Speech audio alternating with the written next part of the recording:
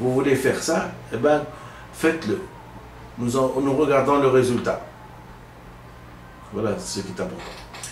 Alors maintenant, je vais passer à une autre citation.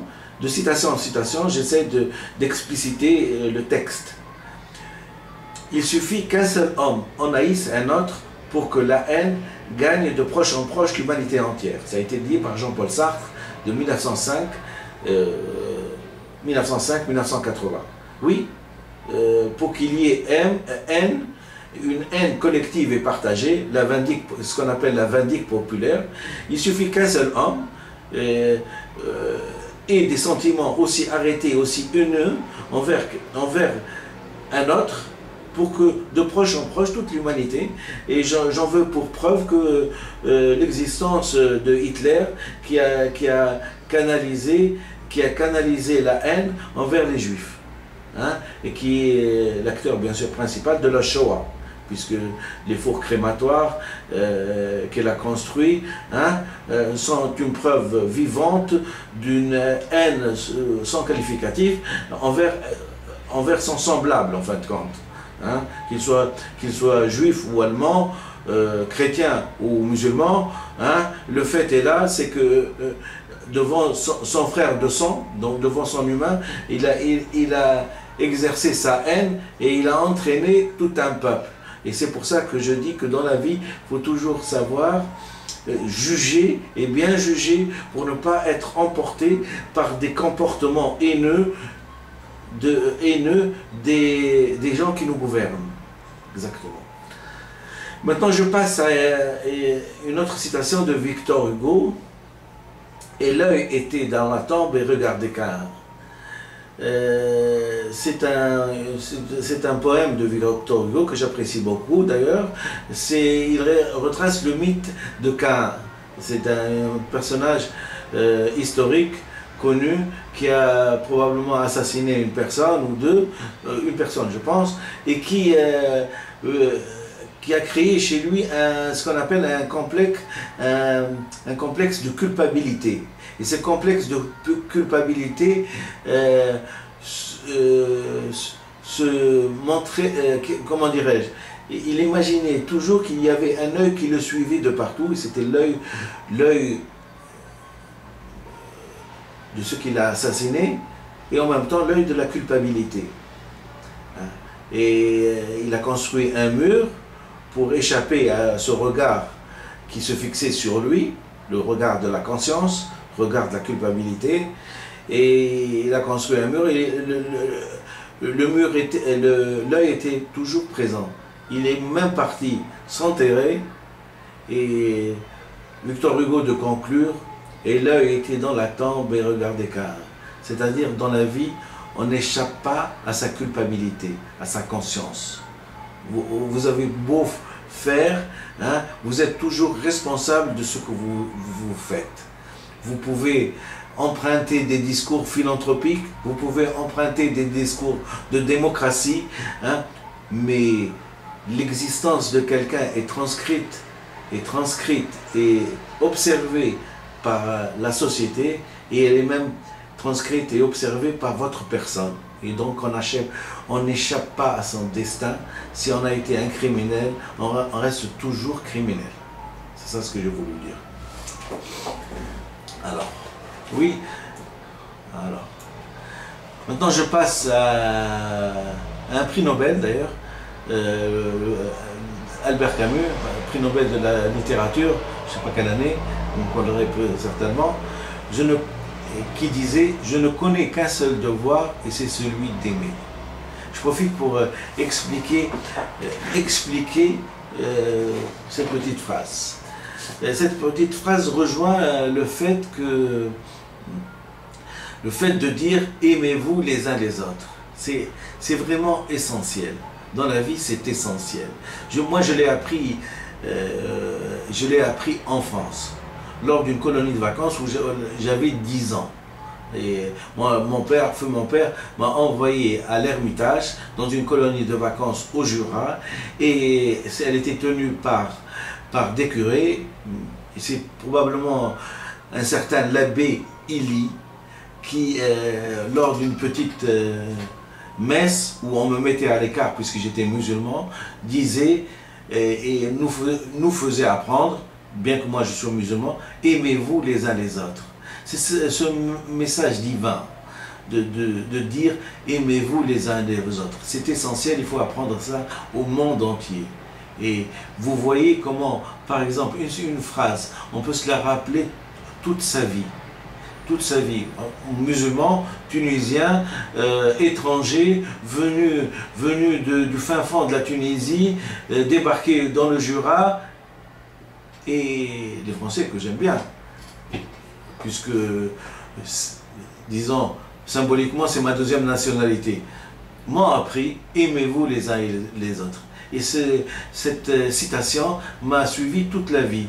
Je n'ai jamais eu de sentiment haineux envers quelqu'un, hein, de n'importe quelle race et de n'importe quelle couleur. Ma direction a été toujours guidée par cette boussole, aimez-vous les uns les autres. Alors, du même auteur, donc d'Albert Camus, oui, j'ai une patrie, la langue française. Je vous rappelle que la majorité de la vie d'Albert Camus, hein, il l'a passé en Algérie. Et prenant conscience de la condition existentielle des Algériens, et prenant conscience du méfait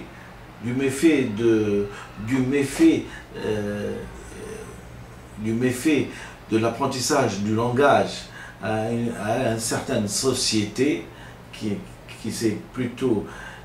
a choisi plutôt d'arabiser la population que de lui inculquer la langue française, il a pris une position, et c'est à son honneur, parce que, après tout, quand on médiatise quelque chose et quand on transcrit quelque chose, c'est un comportement, et il n'en a pas été par 36 chemins pour dire « oui, j'ai une patrie, c'est la langue française ». Il fallait apprendre à cette époque-là la langue française. Je m'excuse d'user d'allusion pour faire arriver le sens de la pensée. D'ailleurs, c'est toujours une allusion qui est à l'origine d'un certain arrêt civilisationnel. Certains psychanalystes me comprendront. Là, c'est une allusion du fait que j'ai trouvé que je suis le seul arabe qui a isolé l'acquis phylogénique chez les Arabes. Il est d'une importance, d'une grande importance.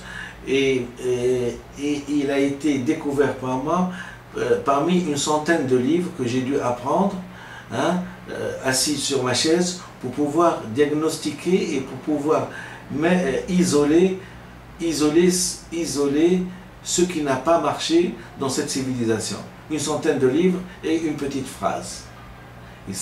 Et c'est une petite phrase et en faisant allusion. La difficulté, si j'avais à vous le dire, c'est une petite phrase dans une centaine de livres et une petite phrase allusive qui, si je devais emprunter une image pour vous décrire la difficulté de trouver l'acquis phylogénique, vous imaginez un océan, un poisson, un petit poisson, avec un diamant à l'intérieur qui est l'acquis phylogénique, et vous imaginez deux soleils. Il faudrait deux soleils, et l'intersection des deux rayonnements du soleil vous indiqueront l'acquis phylogénique. C'est cette difficulté-là qui est presque impossible à découvrir, et qui a été découverte par moi. Et vu l'importance de ce que j'ai découvert, c'est pour ça que je me suis dit, je mérite le prix Nobel de la paix 2010. Et j'ai envoyé dans ce sens-là. Non, c'était ni un complexe de supériorité, ni des idées farfelues d'un prétentieux, pas du tout. C'est le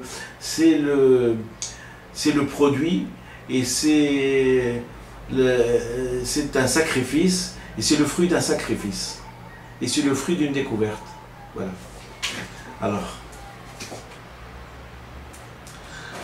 Alors j'ai adressé la lettre que je vais vous lire encore, et le document que je vais vous lire, c'est assez lent, au comité Nobel norvégien, je cite les différents noms, il y a 5 noms, mais le principal d'entre eux, c'est monsieur Toborgen Jagland. Et les autres, je vous fais la grâce de ne pas les citer. Monsieur le Président, donc je m'adresse au Président du Comité Nobel norvégien.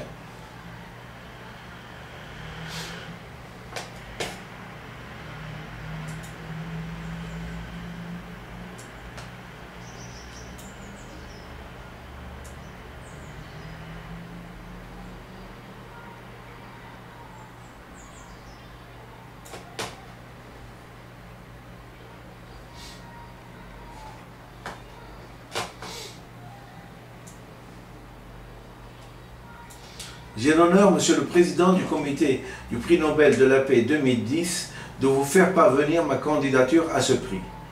Je suppose que je suis dans les délais, puisque je pense que la date butoir est le 20 janvier 2010.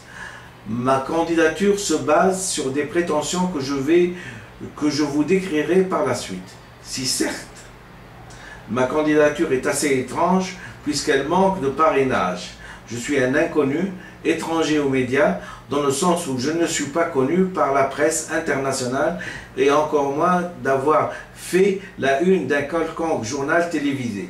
Bien que pour ma part, par lettre ou par fax, je n'ai cessé durant ces dernières années à clamer mon existence pour qu'on reconnaisse mes connaissances dans ce qu'il y a de plus cher à l'homme, c'est-à-dire le langage. J'essaye de sortir de ce tabou de la communication dont je fais l'objet. Et ce sera une belle revanche personnelle pour moi d'obtenir le prix Nobel de la paix 2010 par la phrase simple a priori, c'est Dr Benefisa Ahmed qui a découvert l'acquis phylogénique pour la civilisation arabo-musulmane, et depuis ils se mirent à respecter leur acquis phylogénique et d'écrire de gauche à droite. Afin de préserver ma sécurité, cette citation ne peut en aucun cas avoir une divulgation actuelle. Je continue. Il ne faut pas croire que le tabou est un système propre aux aborigènes d'Australie, mais il est toujours contemporain à la civilisation humaine du XXIe siècle. C'est le fameux mise au frigidaire que subissent ces personnes mises à l'index et à l'écart par leurs contemporains dans la société ou par les gouvernements de leur pays, et ceci pour motif de tête dure, parce qu'ils réclament un droit de façon bruyante ou parce qu'ils mettent en cause l'ordre établi. Pourtant, parfois, même comme c'est mon cas, ils ne sont que des simples transmetteurs d'une science qui est inconnue dans certaines contrées, c'est la psychanalyse. C'est assez prophétique d'avoir écrit ça, parce que d'abord, j'ai dit que je suis sujet tabou, donc je suis au frigidaire. On ne veut pas parler de moi. Hein? C'est comme si quelqu'un voulait vous indiquer un chemin et vous le reniez. Vous reniez même son existence. C'est ce qu'on appelle un déni d'ailleurs.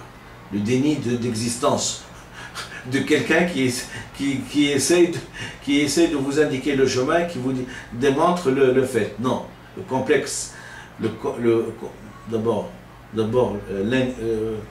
les personnes incultes, sans savoir, sans connaissance, qui veulent gouverner que pour gouverner, sont là pour simuler votre absence. C'est dégradant. Et donc je suis toujours au frigidaire et on ne veut pas parler de moi. Personne ne veut parler de moi, puisque quand je donne un document, il est censuré systématiquement. Mais heureusement qu'il y a Internet. Et ceci me permet, de façon joyeuse, hein, de transmettre mon savoir. Je veux transmettre mon savoir pour que les gens comprennent et pour que les gens apprennent et pour que les gens, les jeunes ne prennent pas un chemin qui est faux, hein, par le fait même des gens délirants qui ont gouverné ce pays. Et vous le savez très bien que il y a 2 jours, 3 jours, donc nous sommes bien le 15 septembre 2011, où j'ai envoyé pour réclamer mon droit